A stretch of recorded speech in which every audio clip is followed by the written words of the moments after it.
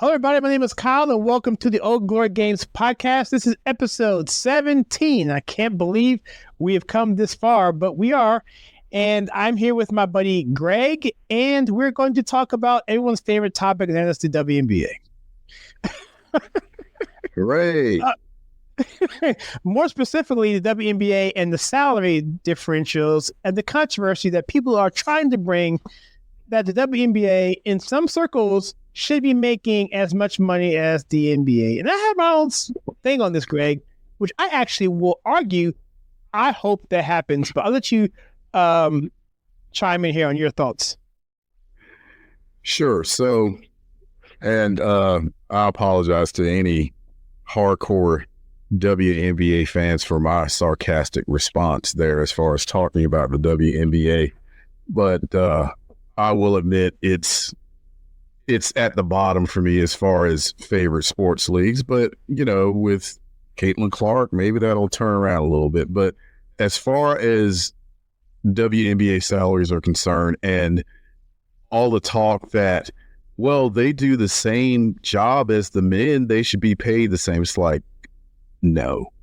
And we'll explain why. So I'm going to read some numbers here for you to kind of put everything into context. So as of 2023, according to Statista.com, the average WNBA salary was about $103,000 for that past season. But for the NBA, it was about $9.4 million. However, the NBA brings in $10 billion with a B dollars a year in revenue compared to about $200 million with an M for the WNBA. The NBA provides the WNBA with an annual endowment of over $15 million. This support helps cover operating costs, facilities, travel, marketing, administration, etc. As of 2023, the NBA owns 50% of the WNBA, while the 12 WNBA teams collectively own the other 50%. The WNBA has never, I repeat, never made a profit in the 30 years of its existence, and the WNBA loses roughly $10 to $12 million a year. So do you want to ask me again why the WNBA players don't make as much as the NBA? That is why. And let me speak to other reasons why the revenue is not the same. So for all the people that are clamoring for the women to make as much as the men as far as professional basketball, and I'm not against that. You know, to me, make all the money you can make, but if your league is losing money every year, it can't sustain the same level of salary as the NBA, which again, they make $10 billion with a B a year. So that league can afford to do it. The WNBA can't. So let me read some other numbers for you. Also, per Statista.com, in 2023, the WNBA average attendance, 6,615. Sorry. Average viewership, 505,000, I guess, per televised game. For the NBA in 2023, average attendance, 18,324. Average viewership, 1.6 million. So I've said this before in other conversations I've had with folks. And I'm not saying it's all women that are pushing this notion that the WNBA players should make as much as the NBA, but a lot of them are, including some WNBA players. Yeah. I would say this. if you want that to happen and you want the WNBA players to make more than they're making, I encourage the champions of women's basketball, especially women, if you want them to be paid more, go to the games, watch the games, buy their gear, etc. Actually support the league instead of jumping up and down and telling everybody else, well, you've got to support the league. Well, you need to start with yourself. So let me read some more numbers. So this is, so the last bit of statistics that I read was from another source online, the average attendance and average viewership. The stats that I'm getting ready to read is from Statista.com, so my apologies for any confusion there. So they looked at male fans and female fans of the WNBA. So amongst males, 11% consider themselves avid fans. 29% consider themselves casual fans. 60% consider themselves not fans at all.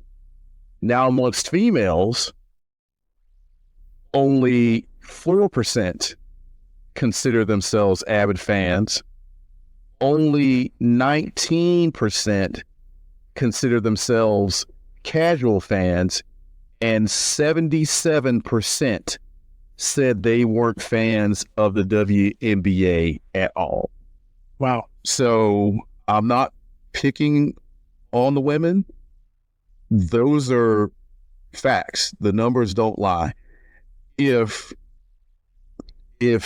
just fans in general, especially women, if you want to see the WNBA succeed and even just get to a point where the league can stand on its own 2 feet, you got to go to the games. You got to watch the games. You have to support the league. The numbers show that you don't.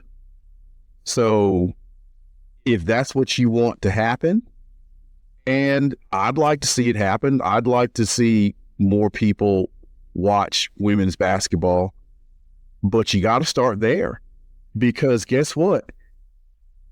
And I'm not being flip here, but if women don't watch women's basketball and women don't go to the games and women don't buy the gear, how can they expect the men to do so? So that's the point I'm trying to make there. But in a nutshell, the salaries are the way they are because the WNBA does not generate the same revenue as the NBA. And as a matter of fact, they're not even a sufficient league. If it weren't for the NBA, there'd be no WNBA. And I want to make sure I make that clear. If it weren't for the NBA, there'd be no WNBA. So you got to crawl before you can walk. It would be nice if these ladies made more, but I mean, $103,000 a year average for the average person, that's a pretty decent living.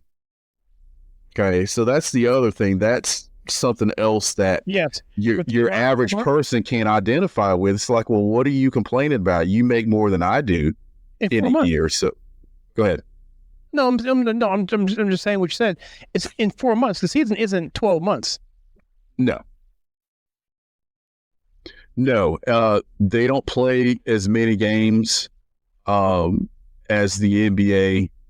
There's certainly less games to generate revenue, but overall, even if you look at it proportionally, they're still not going to make money. It doesn't matter how many games they have in a season. I guess what I'm saying is that they're making 100, and looks like, was it 200? No, it was 103,000 is the average salary. I see what you're saying, and they're playing less games. Yeah, I get exactly what you're saying.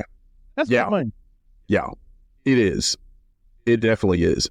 And that's part of the challenge that I think the WNBA has, because a few of their players have complained about what they make. And it's like, to me, it's simple economics. It's supply and demand.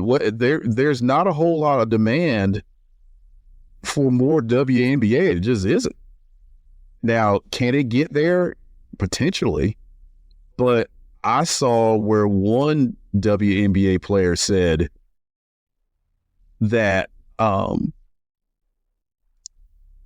there should be even more WNBA teams. How?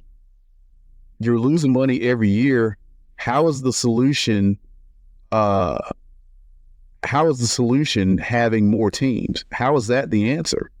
It's not. I think she went on to say that so many talented college players can't make it to the WNBA because there are so few teams and so few spots. It's like creating more teams when there's no demand for such. That's not going to help, because they're just going to fail if trends continue. So, you may ask, well, what's the answer? Well, again, the league needs to be financially independent. It needs to be able to make money. And until you get to that place, you're going to continue to see what you see as far as the salaries are concerned. So when people try to make this out to be some sort of sexist thing and, there's a male-female pay gap, when you look at it like that, that is not the issue. The issue is purely economic. It's simple. The WNBA does not generate the revenue necessary to pay those ladies what the men are making, period. And, is it ever going to be equal? I doubt it. But if you want to close that so-called gap, get out there and support the league, because the numbers show that by percentage, women support the NBA less than men do. Right. Yep. By a significant margin. Yep. So I would say, personally, I said in my intro, I wasn't being facetious. I was actually being honest when I said, I hope they do get paid exactly the same, because that would mean both leagues would fail. To me, it's a win-win. So, pay him exactly like LeBron James, and then within 10 years, the whole thing goes under. But no, I mean, I think the $103,000 per year for the amount of months that they play, number of games that they play, that's decent money. I mean, you're not building, the Taj Mahal, but you're not starving either. And I think, not to mention the atmosphere you get to be part of, I'm sure you get perks here and there. And so it is, it's to me, it's good stuff. I was a huge fan of the WNBA because I was following the Washington Mystics when this thing had come up. And in DC, the attendance record for the Washington Mystics for many, many years was one of the best in the league. And it was one of the reasons why they were able to do it was because of the mass lesbian population in the DC area. And they were catering to that audience, and they were getting them to the games, and they were doing promotional things to get people to come in, making activities and stuff. So even though they were horrible on the court, it still made it an enjoyable experience and an affordable experience for people to go downtown DC. At the time, it was the MCI Center. Now it's what it was called now, but and to see the games. And the Washington Mystics for a long time were doing very well, and eventually they won a championship. I think they won a championship in 2016, I believe, or 17. No, it was right before COVID, so I think it was 2020ish. And I was fully behind that team, watched all the games, followed the season, and so. But then I stopped because they started to adapt this woke agenda, and it turned a lot of people away from the WNBA. And people don't like to be lectured to. They don't like to be preached at. They don't want to see people walk off the court during the national anthem. They don't want to be called racist because they cheer for a white player, that kind of stuff. And people will walk off in droves. You mentioned something interesting about these numbers, about how 11% of men said that they're avid fans. Only 4% of women said they're avid fans. 29% say they're casual fans for men. 19%, that's a 10% drop off for the women who are casual fans. And the rest, to 77% say for women, say no, not a fan at all. And 60% of men say they're not fans at all. And so this trend here, Greg, is consistent with most woke things. When you see movies in the box office that are obviously a woke agenda in terms of females representation for the sake of being female. I'm not saying, look, women in roles are fantastic, but when you want to add a character into a role and give them characteristics because you want to do a checkbox so you can fulfill some sort of obligation, some sort of ESG score, then what happens is you're going to lose the people that you're thinking are supposed to be supporting you. You're going to lose that core audience. They're not going to support you. And that's what this woke agenda doesn't get, is that the people who you claim to want to be in favor of won't support your movies. The latest Captain Marvel movie that came out, the one where Captain Marvel wasn't even in her own movie. She basically had to bring two other people in so that she could have a sequel. Well, guess what? It failed, not because of men not going to go see it. It was because women didn't want to go see it. And we can talk about that whole thing about the hero's arc and about stories about what gravitates to men biologically, what attracts us to stories versus what attracts women to stories. And when you pigeonhole people in there, it goes against a God-given, not bad or a worse or indifferent or good. It's just what it is, that boys like stuff that blows up and girls like things that are more nurturing and, softer and have that. And when you try and pigeonhole a story that is geared for men, like Star Wars, for example, which was a men's story that some girls actually liked, making it into a woman's story that no one likes, then everyone loses. And I think the WNBA has that problem. And so I'm going to go back to our conversation before, Greg, about Caitlin Clark and get your take on this, because I think people like her who fit the kind of role that I think women on both sides of the political spectrum and men to a lesser extent can support, could help bring this league to the point where it's not quite as a deficit of losing $12 million a year, requiring a $15 million subsidy from the NBA for the past, 30 years. They may never get rid of that, or maybe they can minimize it to the point where they're not being subsidized. If they can do that, that's a huge milestone. And I think the way to do that is to interact people who identify with the culture of this country and what people like to see per their respective gender in terms of a product on the court. And when you go to the actual arenas, because that's part of the experience too, there's something in there we can do it. But identity politics is not going to be the way to do it to get people to come to the stadiums and watch on television or on YouTube, wherever they watch them. So your thoughts, Greg, on that?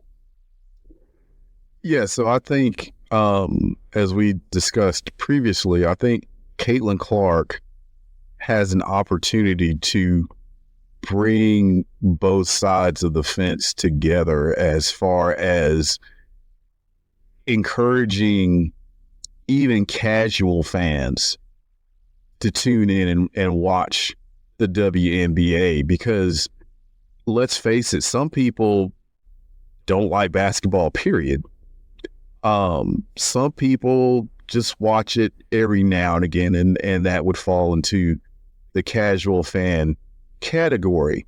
But I think at this point, the avid fan percentages, that's probably not going to change that much, because I think in all sports, you have your avid fans, and that needle is probably not going to move a whole lot. Where the needle is going to move is between not fans at all and casual fans. So if you can get more people, get them from not being fans at all to at least being casual fans, that's a massive win, I think, as far as women's basketball and the WNBA is concerned. So I'll give you an example. So recently, Caitlin Clark was on Saturday Night Live. I had no idea she was on Saturday Night Live until a friend of mine sent me some kind of joke that she told on there and how great it was. I'm like, I had no idea she was even on there. So let me see what the excitement and the hype is all about her being on there. And I watched the clip. It was pretty funny. She's not an actress, but she did a decent job. But that got a lot of mainstream attention. I'm sure most people that watch that aren't necessarily basketball fans, but they're like, hey, what's this basketball player doing on SNL? I've never even heard of her. Let me see what this is all about. So that's the joke that I was telling you about at Michael Che's expense. And let's be honest, Saturday Night Live has not been funny in 25 years. It's been a while since anybody has talked about SNL at the water cooler. So this is not only a shot in the arm for Saturday Night Live, but it's also a shot in the arm for women's basketball, college and pro, because you're bringing more attention to it at a mainstream level where either somebody that's not a fan at all or somebody that's just a casual fan, it's like, oh, well, let me see who this Caitlin Clark person is and let me see what the big deal is. And they may be intrigued enough to actually watch when otherwise they wouldn't bother watching. So I think there's an opportunity to convert folks that aren't fans at all to at least be casual fans. I think that is the biggest opportunity for growth. And I think Caitlin Clark will be the face of that. We talked about the Caitlin Clark effect. That would be part of the Caitlin Clark effect if she can lead that kind of surge in interest in the WNBA and in women's basketball in general. So yeah, I agree, Greg. I think Caitlin Clark can absolutely be this kind of transcending figure. And I was saying in our last podcast, which you probably will have an opportunity to see because this is being recorded after, is about the Caitlin Clark effect that you mentioned. There was a event that happened in the 80s called WrestleMania where the person who was in charge of it, Vince McMahon, bet pretty much everything on this one event so that this event could actually be successful. And the way he did it was he took culture that people were familiar with, like Liberace, Aretha Franklin. I think Muhammad Ali was actually in the ring at one point. Cyndi Lauper, Mr. T, those guys. And he made it something bigger than just entertainment wrestling or whatever. And it brought everyone in, and they were everywhere. In the video, girls just want to have fun. They had Captain Lou Albano, who was a wrestler in that particular thing. So in MTV, as it was coming up, we all kind of watched it. And, and people who weren't wrestling fans were watching it. Now, admittedly, this isn't the same thing, but it's actually the same model in terms of promotion. And I think with someone like me who is sour on the WNBA, I was once a fan, not so much anymore for other reasons. As you watch this channel, you probably know about the wokeness. I'm not all about that. But if I'm willing to watch a couple games a year, just imagine someone like me, of all people, then just think how many people that they can get to do that on a more regular basis, go to the games, watch them, talk about it at the water cooler, and maybe they can minimize that $2 million, $12 million deficit to the point where maybe they can stand alone, but they have to start with a culture where people will want to watch it. They identify with these people. They like these people. They're bashing America. They're bashing you because you look a certain way and you aren't supporting them and they blame you. That model of wokeness has to go away across all the various entities, whether it be music or movies or TV, where when things don't go right in their product that they put out there, they blame the viewers, they blame the fans. And that's a model that's not going to work. And so if Caitlin Clark and people like her can come in, let's say like a Larry Bird and Magic Johnson, this kind of thing, come in and bring people in, then by all means, I think that's something that I definitely would welcome. That makes sense. And I mentioned, I think in a previous episode, so even if you don't identify with a specific team, perhaps you can identify with a player and watch because of that player. I've mentioned my mom a few times. She's not a basketball fan, but when Jordan and the Bulls had that run in the 90s, she was all about, do the Bulls come on tonight? What did Jordan do last night? She was interested because of Michael Jordan. For somebody that never really was interested in watching basketball unless, one of us kids was playing or something like that, she was interested then. But in general, as far as watching it on TV, she was not. But Michael Jordan was such a transcendent talent and figure, he made her interested in watching. And similarly to football, I mean, she didn't really care about watching football. She watched when I played, but other than that, she didn't really care about it. But when Joe Montana was on, she's like, well, what did Montana do? Right. So athletes like that, and I think you can probably put Caitlin Clark in that category. I think she can inspire people to watch basically because they like her so much, not necessarily because they care about the WNBA in general, but they like watching her play and they want to turn the games on when she's on and not really care about the rest of it. That's a big step, because when the ratings come in, they don't parse it out according to, well, they just had the game on because of one player, or they're just watching because of this. No, it doesn't matter. Those are eyeballs on that game, and the more, the better. So I think in this quest to have these WNBA players' salaries increase, I think it starts with Caitlin Clark, and I think it can be part of the Caitlin Clark effect. I think if she can get people that aren't fans at all to watch because of her, and they're curious about what she's going to do and intrigued, all the better for women's basketball and for the WNBA. So it'll be interesting to see what kind of impact as far as that goes, what happens there. But the WNBA, they're never going to reach the status that many think they should unless something like this happens, as far as a much bigger interest in the league than there is right now.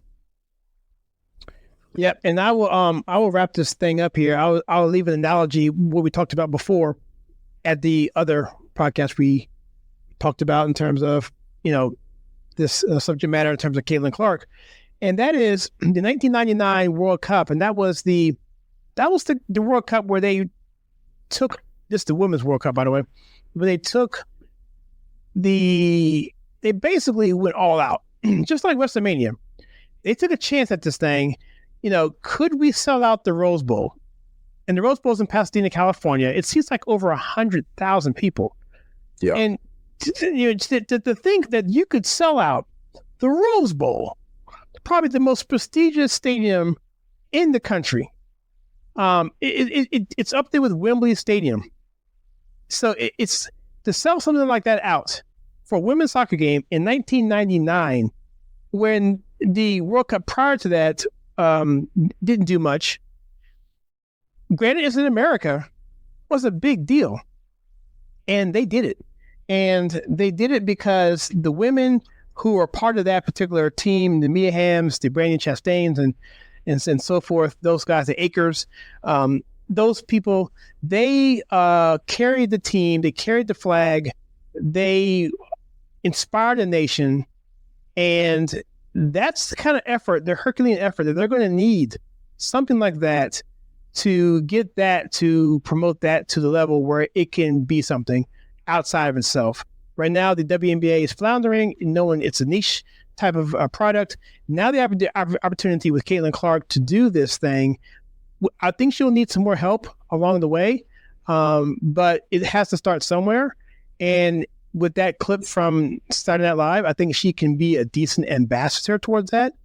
And yeah, so we shall see. The Olympics could possibly be something like that could do it, but who knows?